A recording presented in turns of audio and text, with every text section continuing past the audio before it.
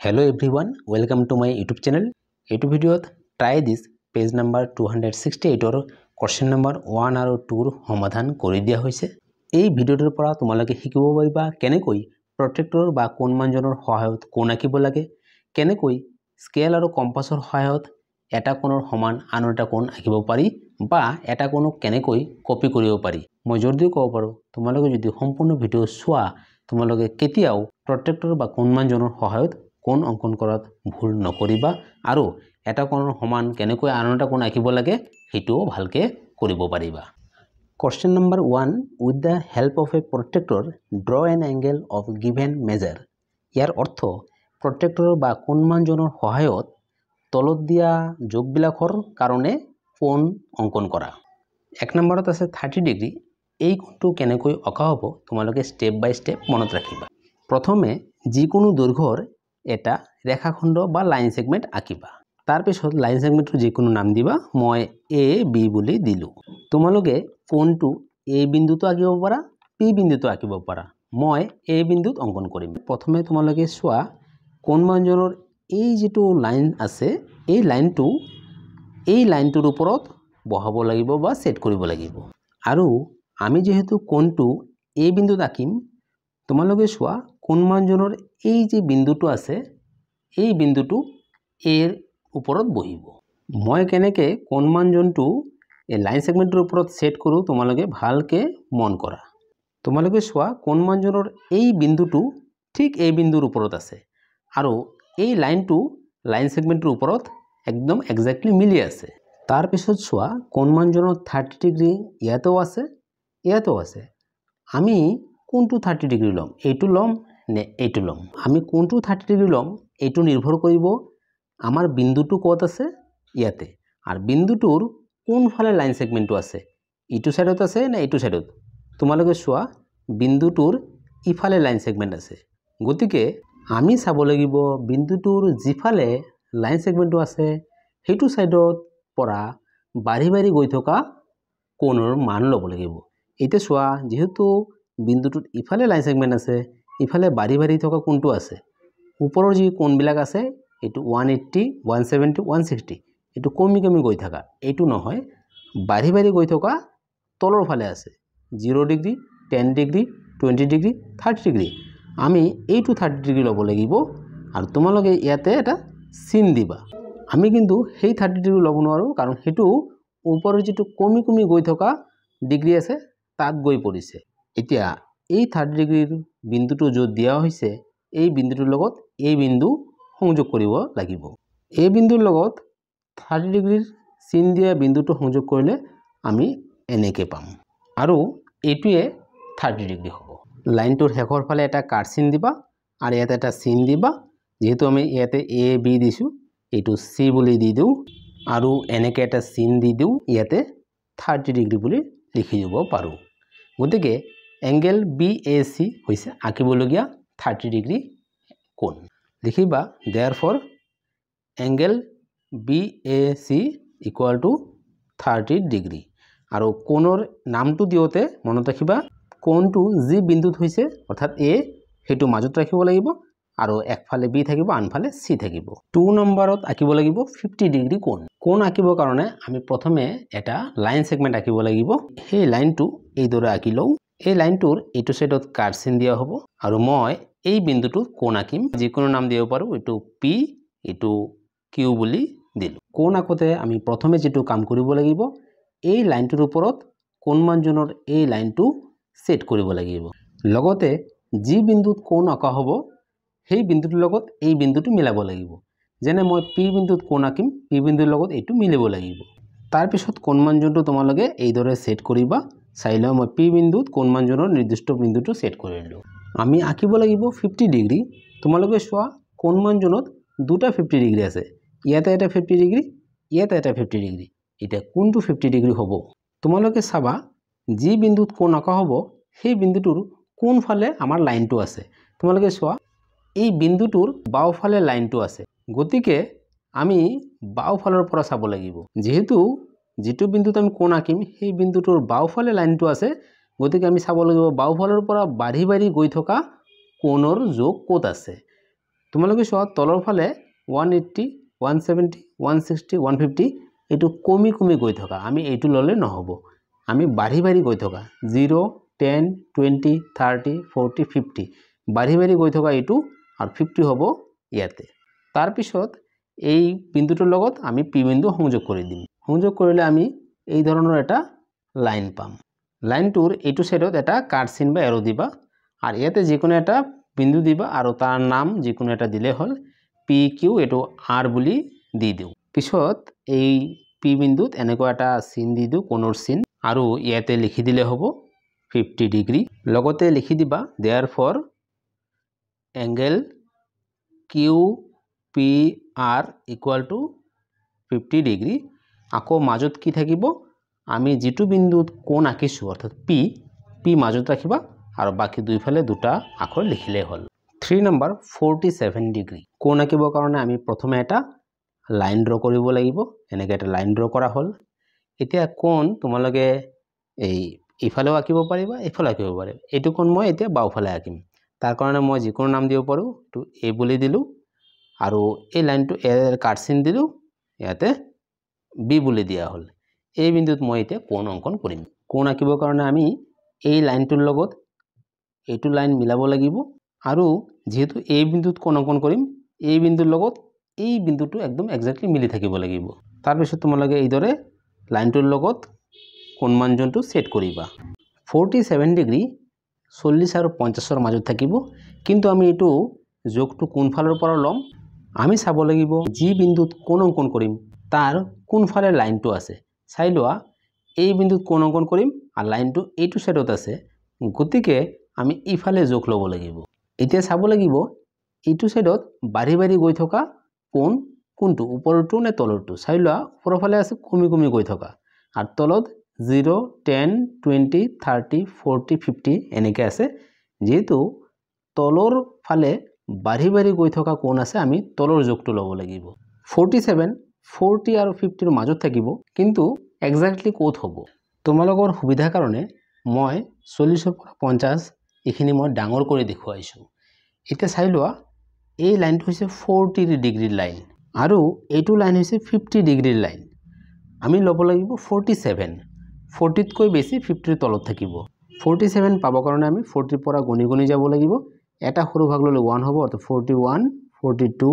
43 44 45 46 47 তোমালোকে চোৱা 47 এই বিন্দুটোৰ লকে হ'ব তাৰ পিছত এই বিন্দুটোৰ লগত এই বিন্দু আমি এতিয়া সংযোগ কৰিলে কোণটো পাই যাম এই বিন্দুৰ লগত আমি 47 ৰ বিন্দুটো সংযোগ কৰি দিলো ইয়াতে এটা কাট চিন দিবা আৰু ইয়াতে এটা বিন্দু দিয়াৰ পিছত কিবা এটা নাম দিব লাগিব এ বি আছে গতিকে ইয়াতে সি নেম দি দিও আৰু এইটো হ'ব 47 ডিগ্ৰী তলত লিখি দিবা therefore angle CAB equal to 47 degree নামটো দিওতে মনত ৰাখিবা কোণটো যি বিন্দুত গঠিত হৈছে সেই বিন্দুটো মাজত থাকিব এ মাজত 1 আৰু 4 নম্বৰ আমি আঁকিব লাগিব 85 ডিগ্ৰী একেদৰে আমি প্ৰথমে এটা লাইন সেগমেন্ট আঁকি লও ইটো সাইডত মই এটা কাট চিন দি দিও ইয়াতে নাম মই যিকোনো দিব পাৰো এটো ই বুলি দিলো এটো ইয়াতে এটা এ বুলি দি দিলো এই বিন্দুত এতিয়া কোণ অঙ্কন কৰা হ'ব আগৰ দৰে আমি ইয়াতে এই লাইনটোৰ লগত এইটো লাইন মিলাব লাগিব আৰু এই বিন্দুটোৰ লগত এই বিন্দুটো মিলিব লাগিব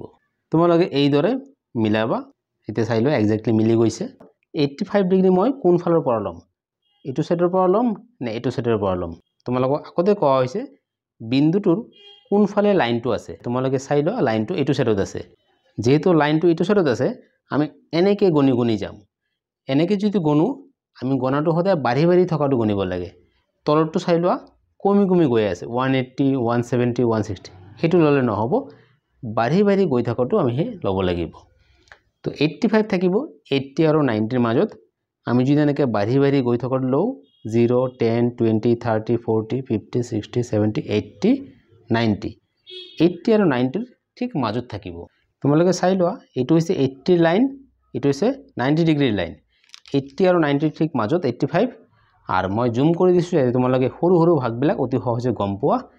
80 আৰু 90 ৰ মাজত সৰু সৰু 10টা ভাগ আছে আমি 5টা ভাগ ললে 85 হ'ব গতিকে 80 ৰ পৰা 81 82 83 84 85 এই বিন্দুটোলৈকে হ'ব তাৰ পিছত এই বিন্দুৰ লগত সেই বিন্দুটো সংযোগ কৰি দিলে আমি কোণটো পাই যাম ইয়াতে এটা কাটচিন দিবা ইয়াতে এটা বিন্দু দিবা আৰু ই এফ ইয়াতে মই যিকোনো নাম দিব পাৰো জি বুলি দিলো এই কোণটি হ'ব 85 ডিগ্ৰী তলত লিখিবা therefore angle ই মাজত ৰাখিবা FEG equal to 85 ডিগ্ৰী মই একবাৰ বাওফালে কোণ আঁকিছো আনবাৰ সোঁফালে কোণ আঁকিছো যাতে তোমালোকে দুটা প্ৰান্তত কেনেকৈ আঁকিব লাগে এই কৌশলটো তোমালোকে আয়ত্ত কৰিব পাৰা 1 আৰু 5 নম্বৰ আমি আঁকিব লাগিব 97 ডিগ্ৰী তাৰ কাৰণে যিকোনো এটা লাইন প্ৰথমে ড্ৰ কৰিব লাগিব ইয়াতেও তোমালোকে কোণ যিকোনো এটা প্ৰান্তত আঁকিব পাৰা মই আকৌ এইটো প্ৰান্ততে কোণ আঁকিম সেইকাৰণে মই ইয়াতে এটা এৰো চিন দিলো ইয়াতে এ বুলি দিলো ইয়াতে বি বুলি দিলো এতিয়া আমি এই লাইনটোৰ লগত কম্পাসটো আমি সেট কৰিব লাগিব আৰু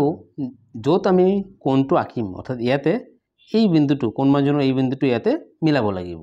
তোমালোকে এই ধৰণে সেট কৰিবা যাতে এক্স্যাক্টলি লাইনটোৰ লগত মিলি যায় আৰু বিন্দুটোও মিলি যায় এতিয়া আমি চাব লাগিব 97 ডিগ্ৰী আকতে আমি এইটো সাইডৰ পৰা যোগ লম না এনেকে যোগ লম আগৰ দৰেই তোমালোকে চাবা যে বিন্দুটো যত আমি কোণ আঁকিম তাৰ কোনফালে লাইনটো আছে লাইনটো ইফালে আছে তাৰ মানে আমি যোগ এনেকে লম এনেকে অৰ্থাৎ বাঢ়ি বাঢ়ি গৈ থকাটো এনেকে বাঢ়ি বাঢ়ি গৈ থকা ওপৰৰ ফালে আছে 97 ডিগ্ৰী এটো 90 আৰু 100 ৰ মাজত থাকিব 0 10 20 30 40 50 60 70 80 90 100 অৰ্থাৎ এইখিনিৰ মাজত থাকিব 90 আৰু 100 ৰ মাজত 90 আৰু 100 ৰ মাজত 10টা সৰু সৰু ভাগ আছে তাৰে আমি 7টা ল'ব লাগিব গতিকে 90 ৰ পৰা যদি আমি লও 91 92 93 94 95 96 97 অৰ্থাৎ এইখিনিলৈকে আহিব ইয়াতে মই চিন দি ললো তাৰ পিছত এই বিন্দু দুটা আমি সংযোগ কৰিব লাগিব অৰ্থাৎ এই বিন্দুৰ লগত এই বিন্দু স্কেল পাত ভালকে পাতি পেলাই তোমালোকে এই দৰে সংযোগ কৰিবা ইফালে এটা এৰো দিলে হল আৰু যিকোনো এটা পয়েন্ট দি পেলাই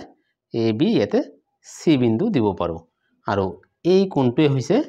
97 ডিগ্ৰী লগতে লিখিবা therefore angle চিন দিবা কোণ চিন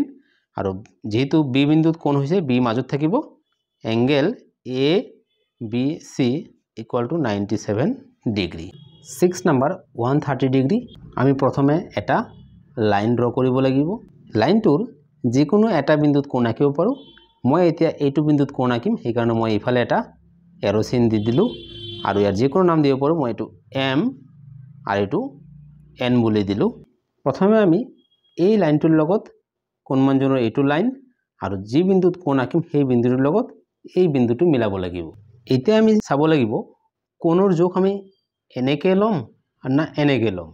তাৰ কাৰণে আমি চাব লাগিব যি বিন্দুত কোণ আঁকিম তাৰ কোনফালে লাইনটো আছে চাই লোৱা আমি এইটো বিন্দুত কোণ আঁকিম আৰু লাইনটো এইটো সাইডে দি আছে গতিকে আমি কোণৰ জোখ ইফালে ল'ব লাগিব অৰ্থাৎ এইটো সাইডে দি বাঢ়ি বাঢ়ি গৈ থকা এইটো সাইডে দি বাঢ়ি বাঢ়ি গৈ থকা তলৰটো আছে কাৰণ ওপৰটো কমি কমি গৈ থকা তলৰটো যদি বাঢ়ি বাঢ়ি গৈ থকা চাও 0 10 20 30 এনেকে যদি আমি চাও চাই লোৱা 130 হৈছে এইটো এই লাইনটো হৈছে 130 লাইন আমি এনেকে ঠিক ইয়াতে আমি এটা বিন্দু দিব লাগিব তাৰ পিছত এই বিন্দু দুটা সংযোগ কৰিব লাগিব স্কেল পাত ভালকে পাতি পেলাই এই বিন্দু দুটা সংযোগ কৰি দিবা তাৰ পিছত লাইন হৈ যাব ইয়াতে এটা কাট চিন দি ইফালে এটা কোণৰ চিন দি পেলাই আমি এটো 130 ডিগ্ৰী বুলি লিখিব লাগিব ইয়াৰ পিছত আমি লিখিম therefore angle চিন দিবা আৰু কোণ যত হৈছে তাত m নাম আছে আমি ইয়াতে এটা নাম দি দিও এটো o বুলি দি দিও যেহেতু কোণ যত তৈয়াৰ হৈছে তাত নামটো m আছে আমি m মাজত ৰাখিব লাগিব আমি এনেকৈ লিখিব পাৰো o m n equal to 130 degree 7 number 160 degree আমি প্ৰথমে এটা লাইন ড্ৰ কৰিব লাগিব আমি এনেকৈ এটা লাইন ড্ৰ কৰিলো এই লাইনটোৰ যিকোনো এটা প্ৰান্তত আমি এংগেল আঁকিব পাৰো আমি ইয়াতে এংগেলটো আঁকিম সেইকাৰণে মই ইফালে এটা কাট চিন দিলো আৰু যিকোনো নাম দিব পাৰো সাপোজ এটো এ এটো বি বুলি দিলো তাৰ পিছত এই লাইনটোৰ লগত কোণমাঞ্জনৰ এটো লাইন মিলাব লাগিব আৰু যত কোণ আঁকিম অৰ্থাৎ ইয়াতে কোণমাঞ্জনৰ এই বিন্দুটো মিলাব লাগিব তোমালোকে এই দৰে পিছত এটো একদম এক্স্যাক্টলি মিলাই লবা মনত ৰাখিবা এইটো মিলালে কিন্তু নহব যদি তোমালোকে এই লাইনটোৰ লগত এই ঠাইটো মিলোৱা হেতু ভুল হ'ব কোণমানজনৰ এই কলা লাইনটোৰ লগতে মিলাব লাগিব এতিয়া চোৱা 160 ডিগ্ৰী কোণমানজনত ইয়াতেও আছে এইখিনিতো আছে আমি কোনটো লম আমি এতিয়া চাব লাগিব যত কোণ আঁকিম তাৰ কোনফালে লাইনটো আছে লাইনটো ইফালে আছে গতিকে আমি যোগটো এইটো সাইডৰ পৰা বাঢ়ি বাঢ়ি গৈ থকা যোগ লব লাগিব এইটো সাইডৰ পৰা বাঢ়ি বাঢ়ি গৈ থকা যোগ তলৰ ফালে আছে 0 10 20 30 40 50 অৰ্থাৎ এনেকে চাব লাগিব আৰু চাব লাগিব 160 লৈকে কোড গৈছে 160 লাইন এইটো গতিকে এইটো সিধা ইয়াতে যাব আৰু আমি ইয়াতে এটা বিন্দু দিব লাগিব তাৰ পিছত এই বিন্দুৰ লগত বি বিন্দু সংযোগ কৰিব লাগিব স্কেলটো ভালকে পাতি লৈ বি বিন্দুৰ লগত আমি প্ৰয়োজনীয় বিন্দুটো সংযোগ কৰিলো ইয়াতে এটা কাট চিন দি দিম আৰু ইয়াতে যিকোনো এটা চিন দি পেলাই এ বি ইয়াতে সি বুলি লিখিলো এই যে কোণটো তৈয়াৰ হল এটো হৈছে 160 ডিগ্ৰী তাৰ পিছত তলত লিখিবা therefore কোণ চিন দিবা কোণটো যত হৈছে তাতে বি বিন্দু আছে বি মাজত থাকিব তোমালকে CBA লিখিব পাৰা বা ABC লিখিব পাৰা মই CBA বুলি লিখিলো CBA equal to 160 degree question number 2 draw an angle of any measure ইয়াৰ অৰ্থ যিকোনো জোখৰ এটা কোণ বা অ্যাঙ্গেল অঙ্কন কৰা using scale and compass construct an angle equal to it আৰু স্কেল আৰু কম্পাস ব্যৱহাৰ কৰি পেলাই সেই কোণটোৰ সমান এটা কোণ অঙ্কন কৰা অৰ্থাৎ ইয়াতে কৈছে যিকোনো জোখৰ এটা কোণ অঙ্কন কৰা আৰু সেই কোণটোৰ সমান আৰু এটা কোণ অঙ্কন কৰিবা কিন্তু স্কেল আৰু কম্পাস ব্যৱহাৰ কৰি যেটো সেই কোণটোৰ এক্স্যাক্টলি সমান হ'ব যেহেতু কোশ্চেন নাম্বাৰ 2 ত কৈ দিয়া হৈছে যিকোনো জোখৰ এটা কোণ আঁকিব লাগিব তো মই যিকোনো জোখৰ এটা প্ৰথমে কোণ আঁকিলো তো এইটো যিকোনো জোখৰ এটা কোণ মই তাৰ কিবা এটা নাম দি দিও সাপোজ এইটো A B আৰু C তাৰ পিছত কৈছে স্কেল আৰু কম্পাস ব্যৱহাৰ কৰি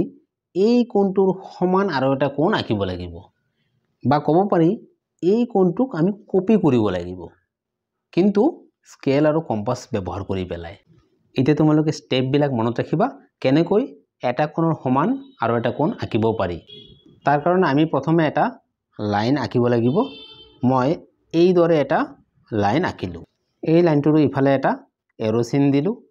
নাম মই পিছত দিম এতিয়া তোমালোকে স্টেপ বিলাক ভালকে মনত ৰাখিবা আমি প্ৰথমে এই বি বিন্দুক কম্পাসটো পাতিব লাগিব অৰ্থাৎ বি বিন্দুক কেন্দ্ৰ কৰিব লাগিব মই ইয়াতে বি বিন্দুক কেন্দ্ৰ কৰিলো ইয়াৰ পিছত যিকোনো জোখ লব লাগিব যিকোনো জোখৰ ৰেডিয়াস লব পাৰা এটো ৰেডিয়াস বুলি কোৱা হয় যিকোনো মই এখানে মান ললো তোমালোকে ইয়াত কম লব পাৰা আৰু অলপ বেছিকে লইলো তোমালোকে ইয়াত কম লব পাৰা বেছিও লব পাৰা তাৰ পিছত এনেকে এটা আৰ্ক ড্ৰ কৰিবা এনেকে এটা আৰ্ক তাৰ পিছত এই আৰ্কটো বা এই যোগটো চেঞ্জ নকৰাকৈ এতিয়া আমি ইয়াতে কম্পাসটো পাতি পেলাই একই ধৰণৰ এটা আৰ্ক এনেকে অঙ্কন কৰিবা এই আৰ্কটো অঙ্কন হোৱাৰ পিছত এতিয়া আমি আকৌ ইয়াতে আমি যাম এতিয়া আমি এই যোগটো লব লাগিব অৰ্থাৎ এই বিন্দুটো আৰু এই বিন্দুটোৰ মাজৰ দূৰত্বটো লব লাগিব কিমান হয় আৰু এই দূৰত্বটো আমি কম্পাস দিয়ে লম যেনে চাই লোৱা এই দূৰত্বটো কেনেকৈ লম এই বিন্দুটোত মই কম্পাসটো পাতি লম তাৰ পিছত এই বিন্দুটো যত হয় মই কম্পাসটো চাই লম কম্পাসটো এনেকৈ তোমালোকে মিলাই লবা তো যোগটো আমি পাই গলো এই যোগ লৈ পেলাই এতিয়া আমি এই লাইনটোৰ এই বিন্দুটোত কম্পাসটো বহাই পেলাই কম্পাসটো এনেকৈ ঘূৰাই দিম অৰ্থাৎ আৰ্ক ড্ৰ কৰিম যত এই আৰ্কটোৱে আগৰ আৰ্কক কাটিছে সেই কটা বিন্দুৰ লগত আকৌ এটো সংযোগ কৰি দিব লাগিব যদি আমি এই বিন্দুটোৰ লগত আৰ্ক দুটাই কটা কটি কৰা বিন্দুটো সংযোগ কৰো লাইনটো আমাৰ এই ধৰণে যাব তোমালোকে এইখিনি পেন্সিল দি কৰিবা তাৰ পিছত এনেকৈ এটা কাট চিন দিবা ইয়াতে এটা পয়েন্ট দিবা আৰু যিকোনো নাম দিব পাৰা মই ইয়াতে P Q R বুলি দিলো তোমালোকে চোৱা এই কোণটোক আমি ইয়াতে একচুয়ালি কপি কৰিছো এনেদৰে তোমালোকে এটা কোণৰ সমান আনটো কোণ আঁকিব পাৰিবা স্কেল আৰু কম্পাসৰ সহায়ত ডিয়াৰ ষ্টুডেন্টস ভিডিওটো কেনে হৈছে কমেন্ট কৰি জনাবা যদি ভাল লাগিছে লাইক কৰিবা সাবস্ক্ৰাইব কৰিবা আৰু ফ্ৰেণ্ডসকলৰ লগত শ্বেয়াৰ কৰিবা থ্যাংক ইউ